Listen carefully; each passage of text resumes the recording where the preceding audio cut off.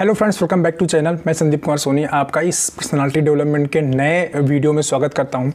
वैसे personality development का जो मेरा वीडियो होता है जनरली मैं ना बाकायदे टाई हुई लगा के फिर शूट करता हूं, बट क्या है टाइम की क्राइसिस की वजह से मैंने कहा चलो आज सिंपल कैजुअल में शूट करते हैं इसको और आपसे बात करते हैं।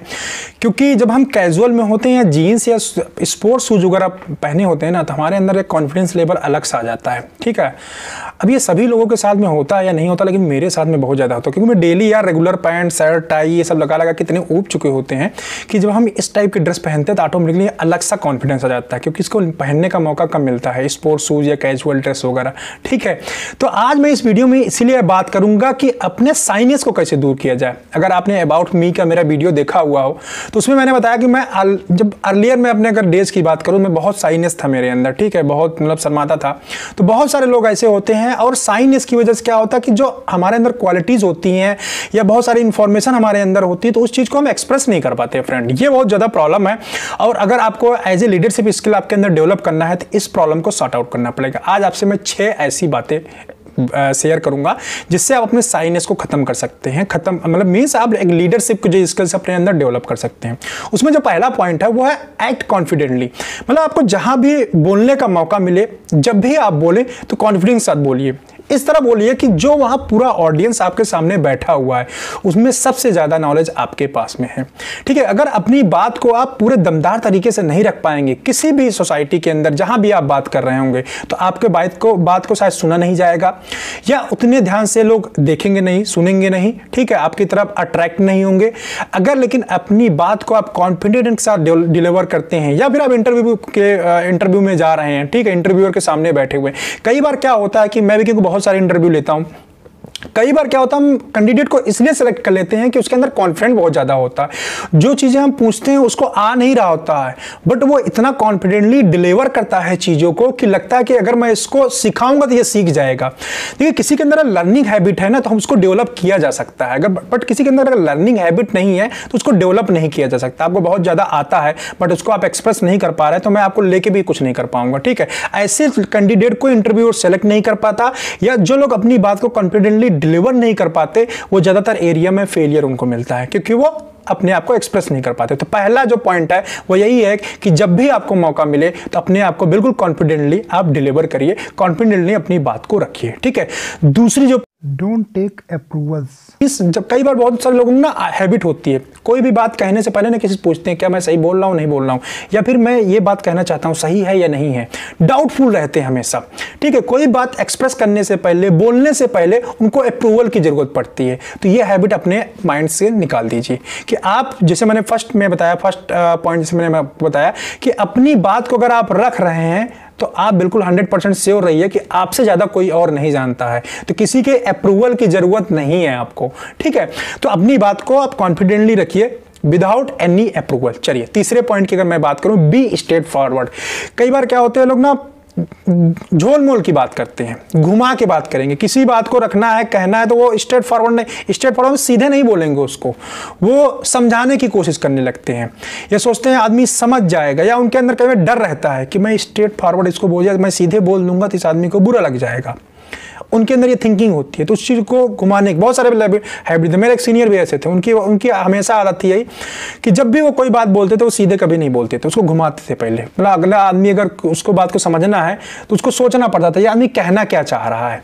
तो अपने अंदर एक हैबिट डेवलप करिए कि आप अपनी बात को स्ट्रेट फॉरवर्ड रहिए। ठीक है, अपनी जो डेली की एक्टिविटी है उसमें भी आप स्ट्रेट फॉरवर्ड रहिए, प्लस अपनी जब भी आप बात रखते हैं कहीं भी आप रखिए तो सीधे रखिए अपनी बात को विदाउट एनी हेजिटेशन कह सकते हैं। ठीक है, बिना डरे हुए अपनी बात को रखिए। और चौथी पॉइंट की मैं बात करूं, व्हाट पीपल विल से।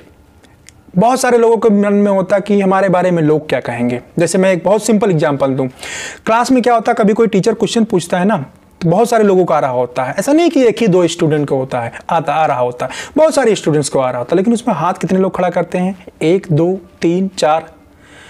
जो इनिशिएटर होता है वो हाथ खड़ा करता है, जिसके अंदर लीडरशिप स्किल्स होते हैं वो हाथ खड़ा करता है।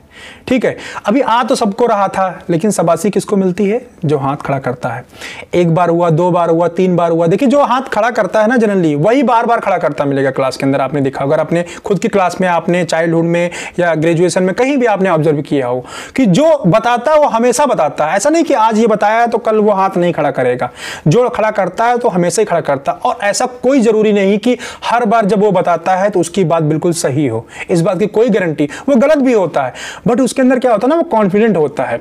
वही चीज मैं आपको बता रहा हूं कि अपने ऊपर कॉन्फिडेंस रखिए। आप जब भी आपको मौका मिले बोलने का, जब भी आपसे पूछा जाए, अपने मन के अंदर जो भी विचार है उसको आप प्रेजेंट कर दीजिए। सही होगा या गलत होगा वो सामने वालों को डिसीजन करना। आप खुद मन डिसाइड करिए कि यार वो सही है या गलत है। ठीक है, वो किसका काम है? वो जो आपसे पूछ रहा है। गलत होगा, ज्यादा ज्यादा क्या होगा, आप बैठ जाएंगे, लेकिन अगली बार के लिए आपको लर्निंग मिल जाएगी। अगली बार आप प्रिपेयर करके फिर से बोलेंगे। 2 बार गलत होगा, 3 बार गलत होगा, 4 बार गलत होगा, बट एक आपके लिए, आपके अंदर पहली बार तो कॉन्फिडेंस आएगा खड़े होकर इनिशिएट करने का, लीडरशिप स्किल्स आपके अंदर आएंगी। तो उसके बाद जो सामने वाला बंदा है उसको ये लगेगा हाँ ये बंदे के अंदर इनिशिएटिव तो है, ये इनिशिएट तो एटलीस्ट करता है, इसके अंदर जज्बा तो है, ये आगे आगे चीज को प्रेजेंट कर पाएगा, टीम को प्रेजेंट कर पाएगा। ठीक है, तो हमेशा अपने माइंड में ये चीज रखिए। इसके बाद मैं 5th पॉइंट की बात करूं, वह है बॉडी लैंग्वेज। कुछ लोग होते हैं बिल्कुल ढीले से, मैं अगर वीडियो बनाना हो तो मैं आराम से ऐसे बनाऊं, ऐसे मैं आपसे बात करूं। जरूरी नहीं मैं आपसे स्ट्रेट फॉरवर्ड ऐसी बात की, जब भी आपने मेरा वीडियो देखा कभी मैं इस तरह बात, मैं चाहूँ तो ऐसे भी बात कर सकता हूँ, क्या प्रॉब्लम है? बट फ्रेंड, जब भी हम किसी इंटरव्यू में जाते हैं या कहीं पे चलते हैं पब्लिक के बीच में, लोगों के बीच में, जहाँ भी इंटरेक्ट होते हैं, तो हमारी जो बॉडी लैंग्वेज होनी चाहिए वो पॉजिटिव होनी चाहिए। मैं आपको यहाँ मोटिवेट करने की बात कर रहा हूँ, मैं यहाँ पॉजिटिविटी की बात कर रहा हूँ, और मैं खुद ऐसे ढीला से रहूँ और आपको चीज़ें बता रहा हूँ, तो क्या आप उसका मतलब समझेंगे? जब मैं खुद एक्टिव नहीं हूं, खुद कॉन्फिडेंटली बोल नहीं पा रहा हूं, तो क्या मैं आपको मोटिवेट कर सकता हूं या आप मुझे फॉलो कर सकते हैं? It is impossible. तो बॉडी लैंग्वेज कई बार क्या होता है, हम नहीं बोलते हैं। किसी पर्सनालिटी आप देखोगे, पर्सनालिटी देख के लगता है यार बंदा बड़ा टैलेंटेड है, उसके कपड़े को देख के। ठीक है, ये लास्ट वाला पॉइंट है वैसे 6 पॉइंट, ड्रेस वेल। ठीक है, बॉडी लैंग्वेज एंड ड्रेस, ये 2 चीजें ऐसी हैं कि जो आपको बोलने की जरूरत नहीं पड़ती। ये दोनों चीजें आपकी खुद बोलनी चाहिए कि आपको कोई भी देखे तो उसके दिमाग से, वो उसके जुबान से एक ही चीज निकले, अरे वाह क्या बॉडी लैंग्वेज है, कितना कॉन्फिडेंट है, इसको नॉलेज बहुत होगा। कई बार आपने देखा होगा आपको बहुत सारी पर्सनालिटी ऐसी मिलेंगी। इवन दैट मैं आपको बताऊं, बहुत सारे हमारे सीनियर होते हैं, ठीक है, हेड ऑफिस से बहुत सारे लोग आते हैं, बहुत सारे सीनियर पोस्ट पे होते हैं। हम उनके बॉडी लैंग्वेज को देख के ये सोचते हैं कि इनको नॉलेज बहुत होगा, बट एक्चुअली में शायद उनको उतना नॉलेज नहीं होता जितना हम सोच रहे होते हैं। बट उनकी बॉडी लैंग्वेज बता रही होती हो कि उनको बहुत ज़्यादा नॉलेज है। या बहुत सारे लोग जो स्पीच देने आते हैं, बहुत अच्छे जो ओरेटर होते हैं, ऐसा नहीं कि उनको बहुत ज़्यादा नॉलेज होता है, बट उनकी बॉडी लैंग्वेज, बात करने का तरीका स्ट्रेट फॉरवर्ड और कॉन्फिडेंट, जो अंदर से कॉन्फिडेंट निकल रहा होता है, वो चीज़ शो कर देता है कि आपको कितना नॉलेज है। क्योंकि आपको कितना आता है ये सिर्फ आप जानते हो, बाकी जो आपके सामने पब्लिक खड़ी हुई है, जो ऑडियंस खड़ी हुई है, वो नहीं जानती, उसको नहीं पता है। आपकी बॉडी लैंग्वेज और आपसे निकलने वाले जो कितने कॉन्फिडेंस के साथ आप बोल रहे हैं वो डिसाइड करेगा कि आपके अंदर कितना नॉलेज है। ठीक है, जरूरी नहीं बहुत ज़्यादा डीप नॉलेज हो तभी हम अच्छा कर सकते हैं, लेकिन अगर हम कॉन्फिडेंस के साथ बोलते हैं, कॉन्फिडेंस के साथ अपने बात को डिलीवर करते हैं तो वो ज़्यादा बेटर होगा। एक एग्जांपल और लूँगा मैं बताऊँगा आपको। जैसे अब देखिए, एक आदमी को क्या होता है ना, क्लास में हमेशा 80-90% आते हैं। 80-90% सोचिए, 90% आते हैं एक बंदे के क्लास में, एक स्टूडेंट है उसको 90%, दूसरे को 60% नंबर आते हैं हमेशा। बट जो 60% वाला है, वो जो 60% आता है वो सामने वाले को पूरा डिलीवर कर पाता है। अगर उससे कोई क्वेश्चन पूछता है तो वो जितना उसको आता है पूरा बता देता है। बट एक 90% वाला जो स्टूडेंट है उसको आता बहुत है, बट वो डिलीवर नहीं कर पाता, बता नहीं पाता, या बताता है तो दूसरे आदमी को समझ नहीं आता, मतलब दूसरे आदमी के साथ वो कनेक्ट नहीं हो पाता। कॉन्फिडेंस की उसके अंदर कमी है। आपको क्या लगता है किसको जल्दी जॉब मिलेगी, 90% वालों को या फिर 60% वाले स्टूडेंट को? इंटरव्यू कौन क्रैक कर पाएगा? गारंटी के साथ कह सकता हूं कि 60% वाला जो स्टूडेंट होगा ना, वो इंटरव्यू जल्दी क्रैक करेगा, ज़्यादा हायर पैकेज पे जाएगा। क्योंकि जो यहाँ से वर्ड निकलते हैं और जितने कॉन्फिडेंस के साथ निकलते हैं, उन्हीं की फ्रेंड वैल्यू है, उन्हीं की कीमत है। तो यहाँ से जब आप वर्ड निकालें तो वो इतना कॉन्फिडेंट के साथ निकालें कि सामने वाला भाप भी ना पाए आपको कि इसको कितना नॉलेज है और कितना आता है। जितने भी वर्ड आपके जुबान से निकलने चाहिए वो बिल्कुल कॉन्फिडेंटली निकलने चाहिए, और आपके वर्ड, आपके जुबान से जो वर्ड निकल रहे हो उन सारे वर्ड को, उन सारे शब्द को आपकी बॉडी पूरी तरीके से सपोर्ट करनी चाहिए।